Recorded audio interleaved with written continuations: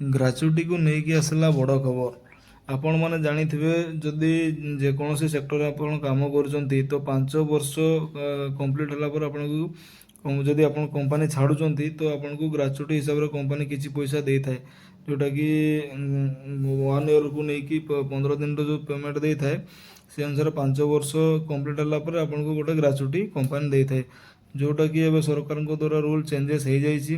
2025 November ନୂଆ update ଅନୁସାରେ ତା ଏବେ 5 ବର୍ଷ ନ ହେଇକି 1 ବର୍ଷ ହେଇଯାଇଛି। ଯଦି ଆପଣ 1 ବର୍ଷ ବି କାମ କରିକି ଛାଡ଼ି ଦେଉଛନ୍ତି କମ୍ପାନୀ ତାହେଲେ ବି ଆପଣଙ୍କୁ ଗ୍ରାଚୁଇଟି ମିଳିବ, ଯେଉଁଟା ବହୁତ ଭଲ ନ୍ୟୁଜ୍ ଅପଡେଟ୍। କାହିଁକି ନା ପୁରୁଣା ଏମ୍ପ୍ଲୟ ମାନେ ଯେଉଁମାନେ ମନେକର 3 ବର୍ଷ 4 ବର୍ଷ କାମ କରିକି କମ୍ପାନୀ ଛାଡ଼ୁଥିଲେ ସେମାନଙ୍କୁ କୌଣସି ପ୍ରକାର ଗ୍ରାଚୁଇଟି ମିଳୁନଥିଲା, କିନ୍ତୁ ବର୍ତ୍ତମାନ ରୁଲ୍ ଅନୁଯାୟୀ ସେମାନେ ସବୁ ଗ୍ରାଚୁଇଟି ପାଇପାରିବେ। କାହିଁକିନା 1 ବର୍ଷ ଯଦି ଆପଣ କମ୍ପ୍ଲିଟ୍ କରିପାରୁଛନ୍ତି ଗୋଟେ କମ୍ପାନୀରେ କମ୍ପ୍ଲିଟ୍ କରିକି କାମ କରୁଛନ୍ତି ଏବଂ ତାପରେ ଯଦି କମ୍ପାନୀ ଛାଡ଼ୁଛନ୍ତି ତ ଆପଣଙ୍କୁ ଗ୍ରାଚୁଇଟି ମିଳିବ, ଯେଉଁଟାକି ପୂର୍ବରୁ 5 ବର୍ଷ ଥିଲା।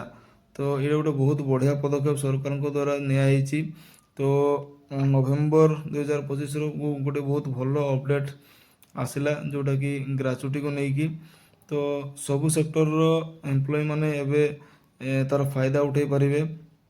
ସେମାନଙ୍କୁ ଆଉ 5 ବର୍ଷ କମ୍ପ୍ଲିଟ୍ କାମ କରିବାକୁ ପଡ଼ିବନି ଗ୍ରାଚୁଇଟି ପାଇଁ, ସେମାନେ 1 ବର୍ଷ କାମ କଲା ପରେ ହିଁ ଗ୍ରାଚୁଇଟିର ଫାଇଦା ଉଠାଇ ପାରିବେ, ଯେଉଁଟାକି ଆକ୍ଚୁଆଲି ବହୁତ ବଢ଼ିଆ ନ୍ୟୁଜ୍।